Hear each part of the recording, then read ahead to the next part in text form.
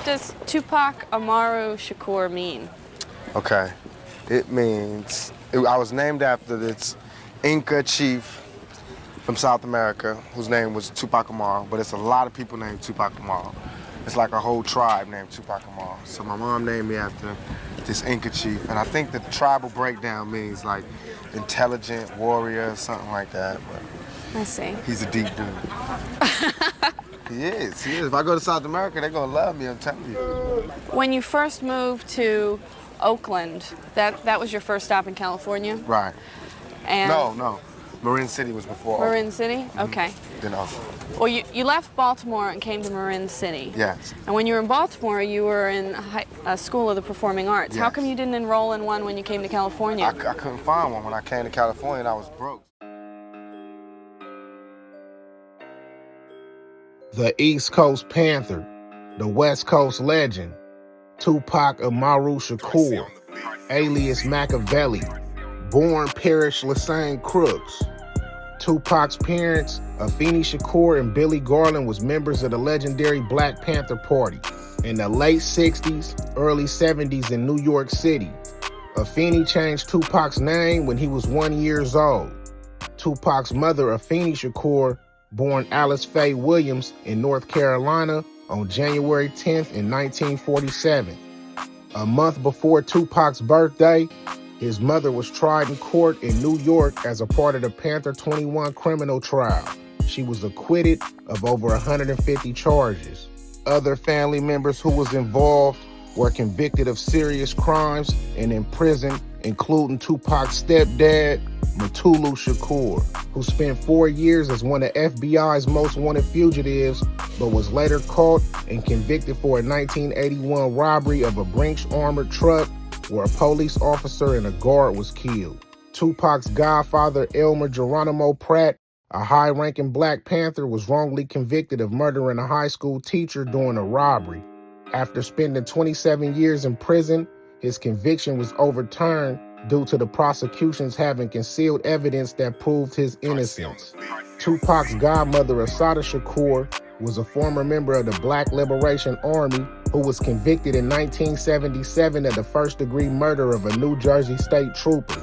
She escaped prison in 1979 and was on the FBI Most Wanted Terrorist list in 2013 and will remain on that list up until her death in 2025. A member of the Black Liberation Army, which the FBI describes as, quote, one of the most violent militant organizations of the 1970s, Chesimard was convicted in 1977 of murdering New Jersey State Trooper Warner Forster. I guess his family can have a measure of peace now, but they never really did get justice. In 1979, she escaped from prison before resurfacing in Cuba in 1984, where then Cuban leader Fidel Castro awarded her political asylum. Speaking with NBC News in 1998, Chesimard proclaiming her innocence. Did you shoot Werner Foster? No, I did not.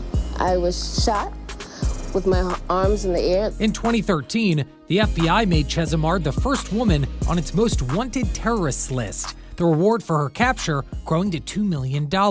During his first term, President Trump demanding Cuba return her to the U.S. Including.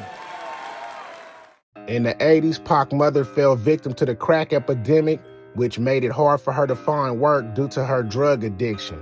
In 1984, his family moved to Baltimore, Maryland when Tupac was 13 years old. While living in Baltimore, Pac attended 8th grade at Roland Park Middle School, then 9th grade at Paul Laurence Dunbar High School. He transferred to Baltimore School for the Arts in 10th grade, where he studied acting, did poetry, jazz, and ballet. There he met and became friends with the famous actress by the name of Jada Pinkett, and he also won competitions for the school best rapper.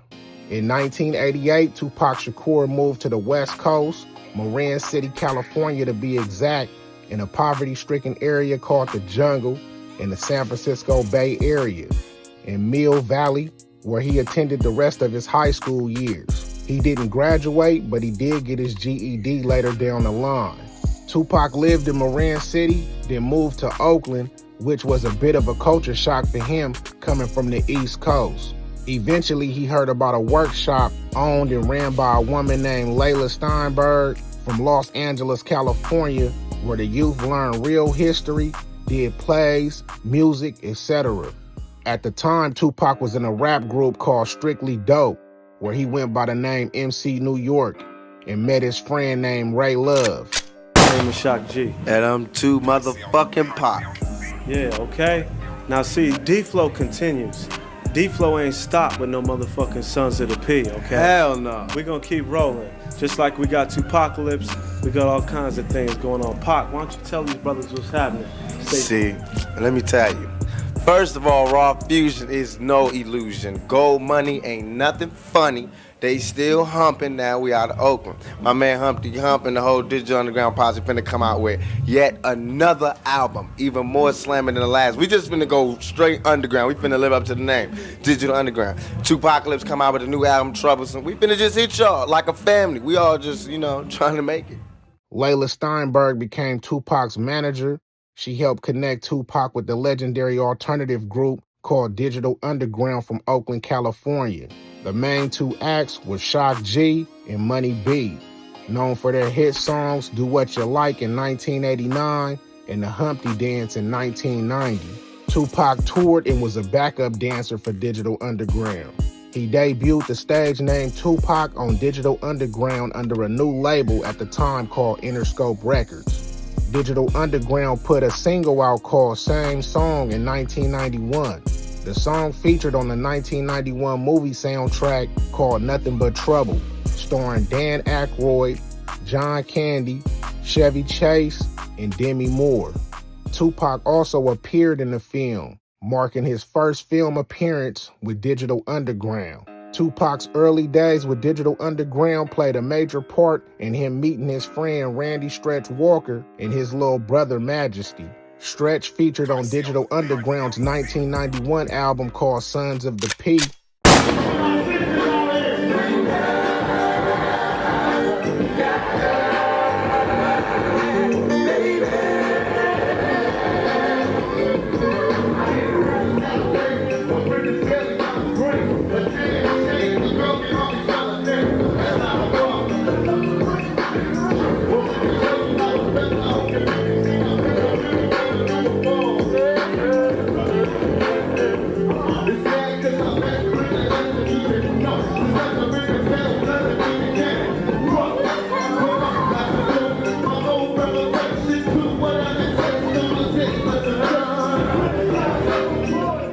On October 17th in 1991, two Oakland police officers stopped Tupac for jaywalking, pressed him for his ID, ended up choking him out and beating Pac, throwing him on the ground and slamming his head on the concrete. He sued them for $10 million for police brutality, but had to settle for $43,000. In November of 1991, Tupac also released his debut album called Tupacalypse Now on TNT Recordings and Interscope Records, with production from the Digital Underground production team called the Underground Railroad, with features from Stretch, Dave Hollister, Shock G, Ray Love, and more, with singles such as Trap, Brenda's Got a Baby, and When My Homies Call.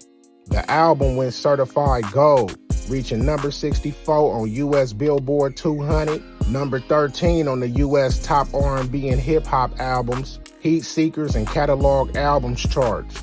The following year, which is 1992, he landed his big movie role in a classic movie called Juice. Tupac played a star role alongside of Omar Epps, Jermaine Hopkins, and Khalil Kain. Due to Tupac's role of being a rebellious young street thug named Bishop in the movie, some say that role affected his real life, which altered his decision-making and derailed the path that he wanted to take in life and in his career. Everybody wanna talk cause I'm rapping. They asking me what happened, is it true you did a click with Janet Jackson? I can't sleep, they taking Polaroids. And I'm trying to use the phone, but they making noise. Man, I wish I had my Glock cause it's major. I'm making shakes out the plastic to razor. In 1993, he released Strictly for My Niggas after the success of the movie Juice. The album peaked at number 24 on the Billboard 200 with singles such as Holla If You Hear Me, I Get Around, featuring Shock G and Money B. It was also produced by Shock G, reaching numbers 11 and 9 on the US Billboard Hot 100 and Cashbox Top 100. Keep Your Head Up, which peaked at numbers 12 and 13 on the US Billboard Hot 100 and Cashbox Top 100, and the last single off the Strictly For My Niggas album called Papa's Song. That album most definitely solidified him in mainstream hip-hop. Between 1993 and 1995, a lot of things transpired, good, bad, and ugly. Pac was traveling from the East to the West Coast and from Northern to Southern California shooting movies, having run-ins with the law, and networking with some of his rap peers. Tupac began networking and becoming friends with a lot of rappers that was making their way in the Bay Area underground rap scene, such as Too Short, Richie Rich, Spice One, Mac Mall, Rappin' Forte, Drew Down, JT the Bigger Figure, San Quinn, 5150, a producer / CEO of Hitwork Studios that also appeared on his latest documentary called Dear Mama, named Kendrick Wells, and the Bay Ambassador E40, and more. He even reached out and worked with Sibo and the Queen Marvelous from the Valley, the capital of California, which is the city of Sacramento. Much love, much love. We definitely get around. Come on. Help us out. Where we go, we get around. Ain't no party like a thug life party, cause a thug life party don't stop. We gon' ain't no party like a thug life party, cause a thug life party don't stop. To keep playing, all respect to those that break their neck to keep their hopes in check. Cause oh, they swear the brother majorly. I don't know why your girl keeps paging me. Nancy tells me that she needs me. God's wish she needs me. Every time she sees me, she squeeze me. Ladies, take it easy. Hate to sound sleazy with these. We all don't want it if it's that easy. Come on, Jay. We never pussy. Baby got a problem saying bye-bye. Just another hundred of a fly guy. You ask why I don't matter. My pockets got better. Now we hook us looking for the ladder. Tupac landed another starring role with the iconic singer by the name of Janet Jackson. She's also the sister of the biggest pop star in the world by the name of Michael Jackson. Tupac and Janet starred in a movie called Poetic Justice together, released July 23rd in 1993, directed by the legendary John Singleton, rest in peace, also starring Regina King, Joe Torre, and Tyra Farrell. In 1993, Tupac was arrested in Atlanta for shooting two brothers by the name of Mark and Scott Whitwell. The brothers just so happened to be off-duty police officers that was drunk, harassing a black motorist, uttering racial slurs. Pac and his crew just so happened to pull up while this was taking place. Tupac and his entourage got out to help the black motorist, and the off-duty police officers started shooting. So Pac and his crew fired back, hitting one brother in the butt cheek and the other one in the abdomen. Tupac was charged with 2 counts of aggravated assault, which was dropped later due to the Whitwell brothers using stolen firearms from the Henry County Police Evidence Room and making false statements. Mr. Shakur, with all due respect, you've been charged with shooting 2 off-duty police officers. There's a sexual assault charge against you, sir. Do you worry about the message this might send out to the people who buy your music? No, my people that buy my music should understand that we have a wonderful judicial system in this country, and it works. And I have to go through the system just like everybody else. I've only been charged. I've not been convicted of any crime, so I think my supporters and people to know.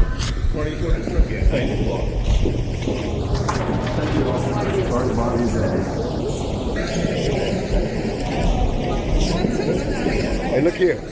Merry Christmas to everybody. Merry Christmas to the press. I appreciate the present you've given me for giving me a fair trial and a fair shot at justice. I thank you from the bottom of my heart for just destroying everything I worked for the past 22 years. And a Happy New Year to you too. You did your job. I'm out of money. I'm out of all my resources. You made me look like the bad guy. In November of 1993, Tupac was charged with sodomizing a woman in a New York hotel room by the name of Ayanna Jackson after she performed oral sex with him on the dance floor of a Manhattan club. She also visited Tupac's hotel room numerous times voluntarily.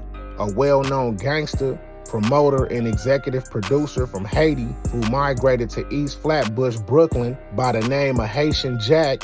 Him and 2 other unknown men allegedly forced Ayanna Jackson to perform oral sex with them after Tupac left the hotel. Pac was also charged with illegal possession of a firearm as 2 guns were found in the hotel room. In the midst of all his legal issues, Pac formed a rap group by the name of Thug Life, which consisted of his stepbrother Tupac Shakur, Stretch, and LA gang members from IVC, which stands for Imperial Village Crips, based out of Inglewood, California, by the names of Big Psych, rest in peace, Radar, and Macadocious. They put out their self-titled album, Volume 1, on September 26 in 1994 on Interscope/Atlantic Records, with dope singles such as Pour Out a Little Liquor, Cradle to the Grave, and How Long Will They Mourn Me, featuring Nate Dogg, rest in peace, with production from Johnny J, rest in peace, Warren G, Easy Mo B, and more. The album debuted at number 42 on Billboard 200 and went certified gold. Okay, so she wasn't prepared for what happened. So where are those people that did this? They were all in the same hotel as me. They were all right in the same room with me. Why am I the only one in court right now? Why is the cameras all on me? And in the report and all these charges, I didn't do nothing.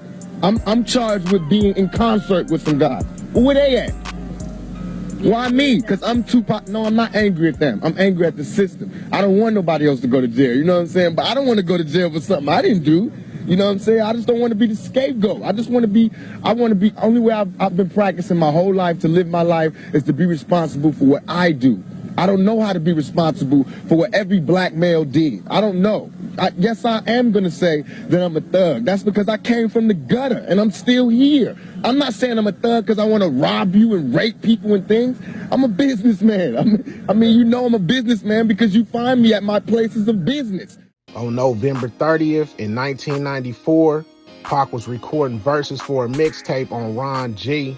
His beeper kept going off. It was a very known street dude by the name of Jimmy Henchman offering $7,000 to come to Quad Studios to record a verse for his artist Little Sean. Pac was unsure, but agreed based on his lawyer fees need to be taken care of. Once he arrived with his homie Stretch and 1 or 2 other associates, 3 men robbed and beat him at gunpoint. Tupac resisted and was shot 5 times. Against medical advice, Pac checked out the Metro Hospital Center a few hours after surgery and secretly went to an actress house by the name of Jasmine Guy to recuperate. The very next day, Tupac went to court in Manhattan for the sexual assault case and was acquitted of 3 counts of sodomy and the associated gun charges, but he was convicted of 2 counts of first-degree sexual abuse for forcibly touching the woman's butt in the hotel room. They locked him up with a bail set at $3 million. Here we are, Box Talk, Thug Life, New York, 155th and St. Nick. That's right. Back on the block, you know what I'm saying? I went to school right here, but I got suspended. I got suspended from school right here, and then I ran away. I got on the train with the 40 Deuce. Eat lunch, come right across the street, eat lunch. Used to live right down the street. We filmed Juice down the street. You know what I'm saying? We filmed above the rim around, like about 10 blocks from around here. You can picture your boy just sitting here like, yo, we ain't going back to class. You going back to class, man?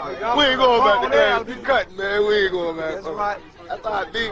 But let's talk about Thug Life, you know what I'm saying? Now we talking about the old days. We talking about how we came up. Let's just talk about the group where we came from. This is Radar. Yo, what's up, Box Talk? Macadocious. What's up, Box Talk? Psych. Yeah, you know, man Mopreme. What's up? Big Stretch in the back. The whole squad. What's up, boy? My boy Luce from the Young Thugs. You know what I'm saying? Tupac felt like the incident with Ayanna Jackson was all a setup by Jimmy Henchman, whom he considered to be behind the Quad Studio shooting. It also rumored that Tupac took the iconic pop star Madonna from Haitian Jack, and that's the root of why the Quad Studio shooting took place, and that some of Jack's goons did that without his say-so, and even Jack himself said some people did it out of love for him. Pac was sentenced to 18 months to 4.5 years by a judge, saying it was an act of brutal violence against a helpless woman. He went from Rikers Island to the Clinton Correctional Maximum Facility. He received mail and had visits from celebrities such as Jim Carrey, Tony Dancer, Jada Pinkett, Jasmine Guy, Tretch of Naughty by Nature, Mickey Rourke, Madonna, and more. They looked out for Pac while in prison. He also dated Madonna in 1994, which was confirmed by Madonna at the time. Pac also was visited by Al Sharpton, who helped him get out of solitary confinement. While incarcerated, Pac released a classic album called Me Against the World on Out the Gutter Interscope and Atlantic Records, with production from the legendary producers such as Mike Mosley, Sam Bostic, Shock G, Easy Mo B, Johnny J, and more, with classic hits and singles such as Dear Mama, So Many Tears, Temptations, and more. It went #1 on Billboard 200, holding the top spot for 4 consecutive weeks, also topping the R&B hip-hop charts. Dear Mama topping the Hot Rap single chart and peaking at #9 on Billboard Hot 100. It also was nominated for the Best Rap Solo Performance. The album went certified double platinum. It also introduced Tupac's rap group called Dramacidal, who eventually became the Outlaw Immortals based on the song that they featured on called Outlaw. Yo, what the fuck are you doing, you goat mouth motherfucker? Do it again, man. This nigga turning the lights off and shit. Blackout. Yeah, you goat mouth. Asshole. Who part you got on the payroll? Yeah, I ain't got no dough. Check it out. Is it money, you women, the funny beginnings, tragic endings? I can make a million and still not get enough for spending. And since my life is based on sinning, I'm hellbound. Rather be buried than be worried, living hell down. My game plan to be trained in military mind of a thug lord sitting in the cemetery crying. I've been lost since my adolescent, calling to Jesus, balling as a youngster, wondering if you see this. Young black males, crack sales, got me 3 stripes, living in jail. This is hell in the me's now. Wonder when we all pass. Is anybody listening? Got my hands on my semi-shotty. Everybody's listening, please, God, can you understand me? Bless my family, guide us all. Before we fall into insanity, I make it a point to make my beat bump and roll. The Outlaws was founded by Pac and his childhood friend / family member Yaki Gaddafi, rest in peace. The group consisted of Napoleon, Idi Amin, Hussein Fatal, rest in peace, his cousin Castro, Machiavelli, which is Tupac, and Yaki Gaddafi. They originally went by the name Thoroughheads and the Young Thugs, first gaining their recognition from a song called Flex by Tupac. Young Noble, which is the last member, he came a little later down the line. They all was based out of the East Coast, from New Jersey, Harlem, New York, and the Bronx, New York. Due to Pac being robbed at the Quad Studios going to do a verse, and I might add, a rapper named Lil C's, which is the lil homie of the iconic rapper by the name Notorious B.I.G., aka Biggie Smalls, and a member of Biggie's crew by the name of Junior Mafia. He actually saw Tupac walking in Quad Studios some floors up and shouted out, "What's up, Pac?" And Big told C's to go get him before the robbery actually happened.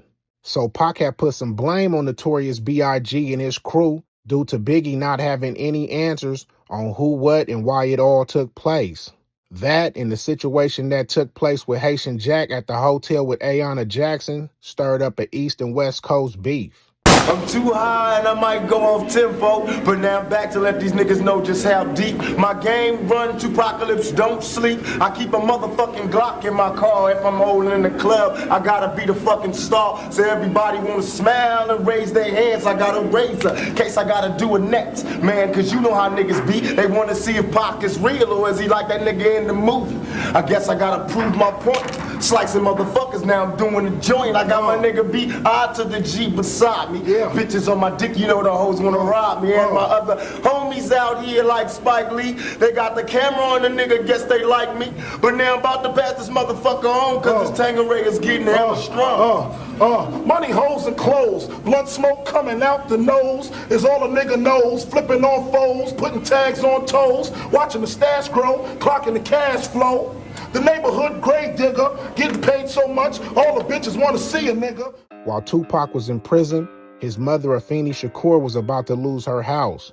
So Pac had his wife at the time by the name Keisha Morris reach out to a man named Suge Knight, the legendary CEO of the hottest record label at the time called Death Row Records in Los Angeles, California.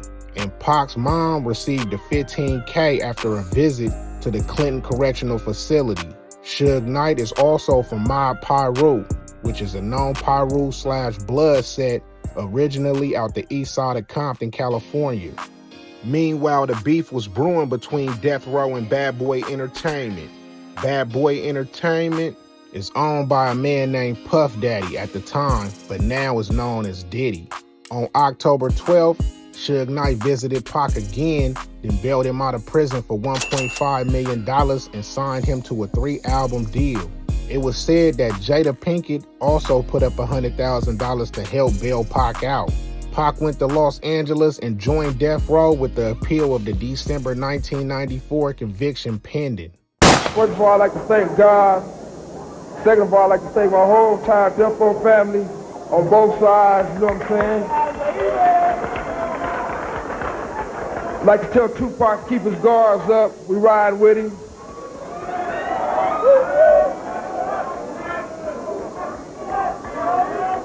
And one other thing I'd like to say, any artist out there want to be an artist and want to stay a star, and don't want to have to worry about the executive producer trying to be all in the videos, all on the record, dancing.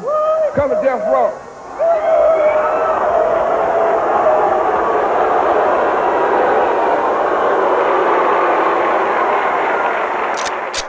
How often have you used marijuana? In my whole life?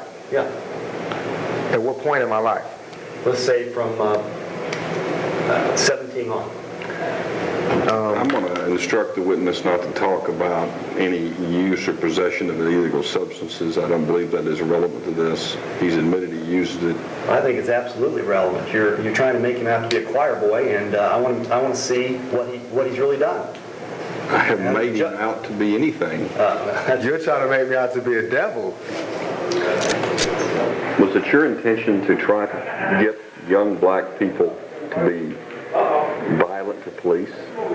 No. Were you trying to provoke anybody to do anything particular? Were you trying to provoke or trying to get people to do things? Yes. Tell us what. Think. Use your head. Pac hit the studio and went right to work. He released the first hip-hop double album in rap history by the name of All Eyez on Me, a classic on Death Row and Interscope Records, with help from legendary producers such as Dr. Dre, That Nigga Daz, DJ Quick, DJ Pooh, Devontae Swang, Johnny J, Rick Rock, Mike Mosley, QD3, and more. The whole album was mixed by DJ Quick, with features from legends such as Dr. Dre, Snoop Doggy Dogg, Redman, Method Man, Nate Dogg, Corrupt, Daz Dillinger, E40, Richie Rich, Big Psych, D-Shot, Be Legit, Sibo, CPO Boss Hogg, rest in peace, The Outlaws, Drew Down, KC and JoJo, Jewel, rest in peace, Danny Boy, and more. With hit singles such as California Love, two of America's Most Wanted, How Do You Want It, and I Ain't Mad At You. The classic album hit #1 on the R&B hip-hop chart, the pop album chart, and the Billboard Top 200. It sold 566,000 copies in the first week and was certified platinum in a couple months. How Do You Want It and California Love reached #1 on the Billboard Hot 100. Pac released a classic diss record called Hit 'Em Up as the non-album B-side to his single How Do You Want It, sending threats, going bad on Biggie. Pac and his young group, the Outlaws, crashed out on the whole Bad Boy staff. Pac also went in on artists from the East Coast that was defending them, such as the rap group Mobb Deep and the rapper by the name of Chino XL, rest in peace. Then Puff Daddy released a song by the Notorious B.I.G. called Who Shot Ya as a response. But Biggie and the Junior Mafia said that song was made way before Pac got shot. The East and West Coast still took it as a diss, which added more fuel to the fire. The classic double album won Album of the Year at the following Soul Train Awards, Favorite Rap Hip Hop Artist at the following American Music Awards, and the album went 9 times platinum by June of 1998. Now it's certified diamond. All the society is doing is leeching off the ghetto. They use the ghetto for their pain, for their sorrow, for their culture, for their music, for their happiness, for their movies, to talk about boys in the hood. You know what I'm saying? I don't want to be I don't want to be 50 years old at a BET We Shall Overcome Achievement Awards. You know what I'm saying? Not me. You know, I want when they see me, they know that every day when I'm breathing, it's for us to go farther. You know, every time I speak, I want the truth to come out. You know what I'm saying? Every time I speak, I want to shiver. You know, I don't want them to be like, they know what I'm going to say because it's polite. They know what I'm going to say. And even if I get in trouble, you know what I'm saying? Ain't that what we're supposed to do? I'm not saying I'm going to rule the world or I'm going to change the world, but I guarantee that I will spark the brain that will change the world. And that's our job, is to spark somebody else watching us. We might not be the ones, but let's not be selfish, and because we're not going to change the world, let's not talk about how we should change it. The legendary boxing heavyweight champion of the world, Mike Tyson, which was a good friend of Tupac, had a fight with Bruce Shelton at the MGM in Las Vegas, Nevada on September 7th in 1996. Tupac Shakur, Suge Knight, and the whole Death Row entourage attended that fight. After the fight, one of Suge homies from My Pyru named Trayvon Lane spotted a rival of their hood back in Compton, California, named Orlando Anderson, a.k.a. Baby Lane. Rest in peace. Orlando Anderson was an outstanding member of the Southside Crips, which Puff Daddy, a.k.a. Diddy, had aligned himself with during the East-West Coast beef to go against Death Row, based on they were alleged natural enemies in Compton. Puffy put a $75,000 hit on a Death Row chain. So some days prior to the Mike Tyson fight, with that in mind, Orlando Anderson and other Southside Crips had spotted Trayvon Lane from My Pyru at the Lakewood Center Mall and jumped him trying to get his Death Row chain. Now, did they get it? Some say they did, some say they didn't, but the incident most definitely happened. So when Trayvon seen Orlando in the lobby of the MGM casino in Las Vegas after the fight, he whispered in another Pyru member's ear to alert him, and Pac must have heard it, because all of a sudden Pac rushes towards Orlando Anderson with the Death Row entourage trailing him trying to stop him. Pac caught up with Orlando Anderson first and took flight. Then Suge and the rest of the My Pyru members jumped Orlando Anderson, then rushed out the MGM casino immediately.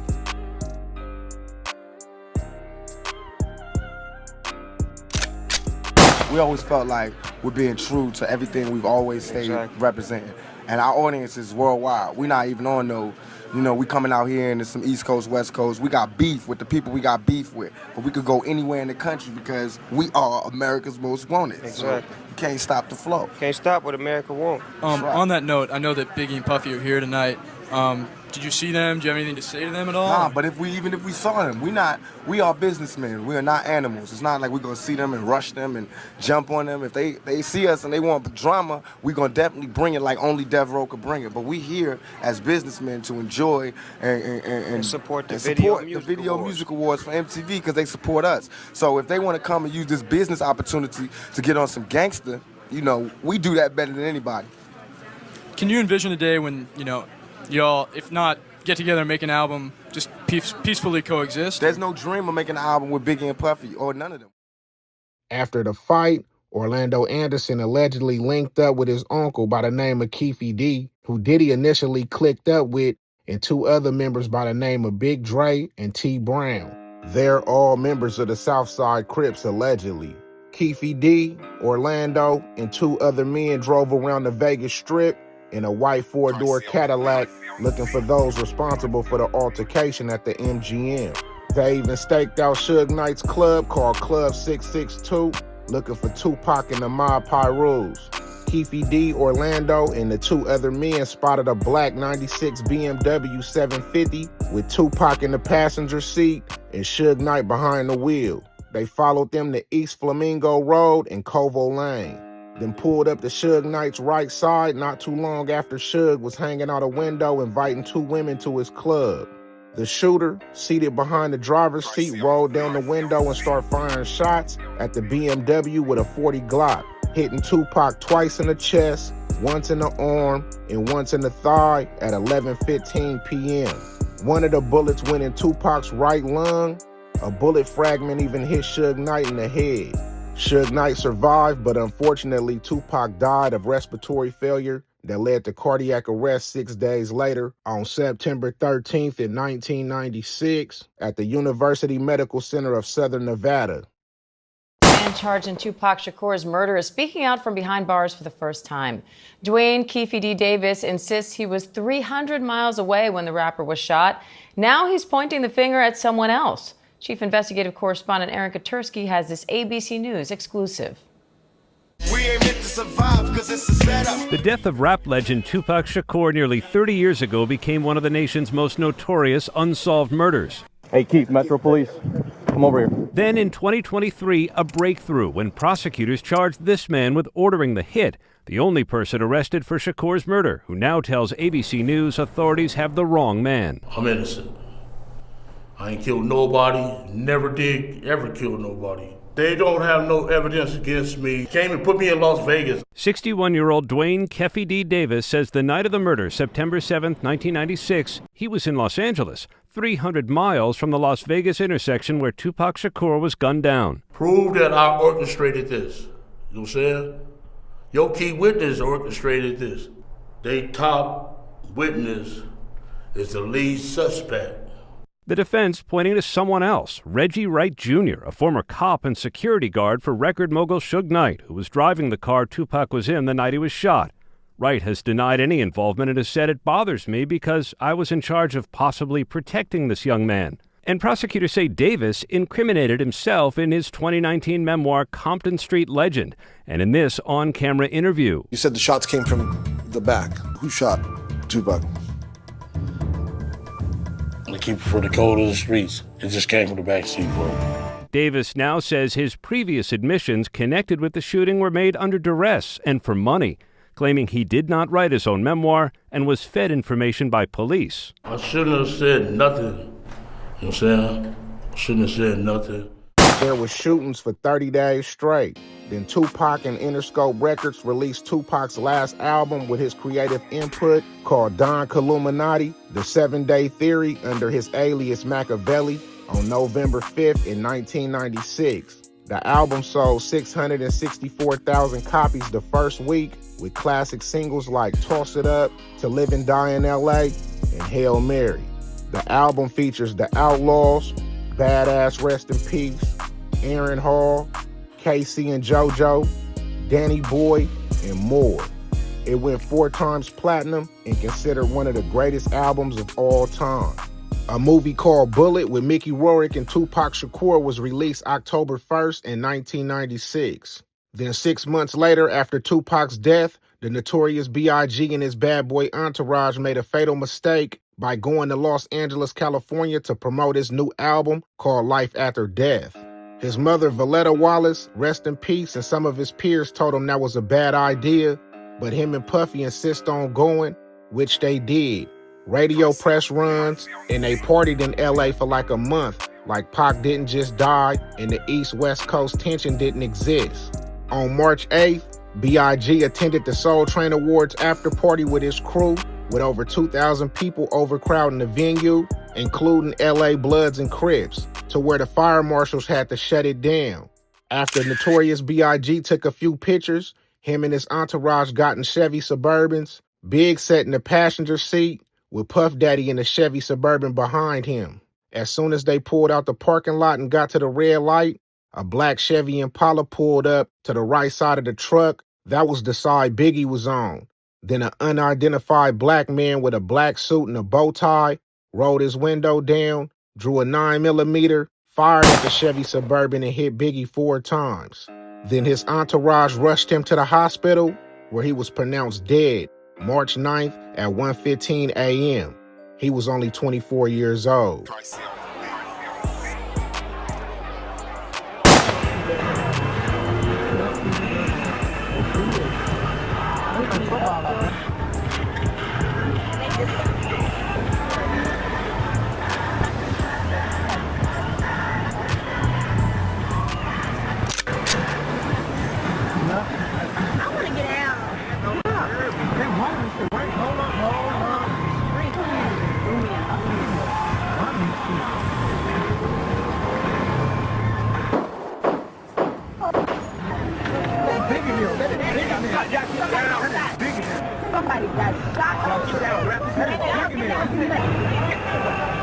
Oh, so she can see. No, Biggie got shot. Oh, Lord, fuck shit. Oh, they can kicking. Oh, somebody got shot. That was 5 shots fired. The streets was talking across the country, placing the blame of Tupac's murder on Orlando Baby Lane Anderson and the Southside Compton Crips. Conspiracy theorists even put the blame on the government, or should I say the Illuminati. Some say Suge Knight and David Kenner was allegedly behind Pac's murder. Tupac's first cousin, Jamala Lassane, also said she witnessed Suge and Kenner stop in the middle of the desert and had words on the way to Las Vegas that night. She also confirmed that she witnessed Pac arguing on the phone with somebody over his masters prior to that. And after he died, the house she lived in with Pac and his other property, even his cars, wasn't in his name. They was actually in Nate Dogg's name. And Death Row Records even paid $2,000 in child support for Nate Dogg with Tupac's money. Not only that, she said he wasn't getting compensated for his music like he should have been. Orlando Anderson was never charged with Tupac's murder, but later died in an unrelated shooting in 1998. His uncle Keefe D was later charged with Tupac's murder, confessing to the shooting, giving intricate details and plenty of documentaries. He also wrote a book in 2019 stating that Puff Daddy, aka Diddy, alleged placing $1 million hit on Tupac's life, even placing the blame on the ex-cop from Compton named Reggie Wright Jr. And to make things worse, he's currently in High Desert, Nevada State Prison on an unrelated charge and will be starting trial for Tupac's murder on February 9th in 2026. Yaki Gaddafi got killed 2 months after Pac's death by one of Napoleon's cousins. Based on the killing was in-house, that caused a lot of friction and somewhat of a split between Pac's family, Napoleon, and his family till this day. Hussein Fatal passed away in a car crash. Big Syke died due to health complications. Young Noble committed suicide in 2025. And so many others that played a part in Pac's life lost their lives along the way. Kill this whole new vibe everybody want to be on about it being a war between the East Coast and the West Coast. Right. It's really just a problem with two rappers, and everybody want to make it a bigger thing than Everybody it is. wants to get involved in everyone else's problems. Exactly. You know how nosy drama people with a is. comma. So we got it going on. I got my man Buckshot. You know what I mean? I got Smith and Wesson in here.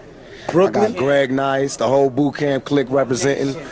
Boot camp and Outlaws. We all just gonna team up and just do this right. With Greg Nice, a lot of other people. Squash all that drama. Squash the drama. Let's get back to making some money. That's what it's all That's about. what it's all Making about. money, putting out That's music. what I'm trying to do. I don't got any problems with anybody. I've been watching Oh, you. you like doing it? Good. You Thanks, doing man. good. You I like doing your pretty stuff good. too, man. You and Snoop are the homies, aren't you? Yeah, we homies. All right. That's all that Hey. is. All righty then. Well, we'll be back with Thank more of you. the homies. All righty. Full 8 96. Why don't you guys stick around for lots more fun? 2 of America's Most Wanted. Stay tuned. That's right. Tupac Shakur released 6 albums after he passed away, such as Still I Rise, which is a classic album with his group, the Outlaws, solo albums, Are You Still Down, Remember Me, Until the End of Time, Better Days, Loyal to the Game, and Pac's Life, all released under Amaru and Interscope Records. Tupac sold over 75 million records worldwide and is still trending, being talked about more than most rappers till this day. He was inducted in the Hip Hop Hall of Fame, the Rock and Roll Hall of Fame, Rolling Stone's 100 Greatest Artists of All Time. He even got a star on the Hollywood Walk of Fame. Shout out to Pac for his contribution to the Northern and Southern California hip-hop scene and hip-hop as a whole. Make sure to comment, like, hype, share, and subscribe. This NSN, and I'm out. I want to talk about the people that don't have their mama no more. Because we all sometimes forget to appreciate our mothers. But like my little homeboy Mutal, he don't got no mother today. While we all shedding smiles and being happy, they can't be happy because they don't got no mama. What, Danny Boy, he's singing off for all of y'all mama. Danny Boy out here making everybody feel good. He ain't got no mama to hug him. We got to get back to that old school shit where we all care for everybody and all of us raise all these kids because we all out of hand. So last year about this time, I was sitting in a maximum security penitentiary. I couldn't sing this song for my mama, but I'm gonna do it today for all y'all and all y'all mama. Dear mama. Peter. When I was young, me and my mama had beef. 17 years old, kicked out on the streets. Though back at the time, I never thought I'd see her face. Ain't a woman alive that could take my mama's place.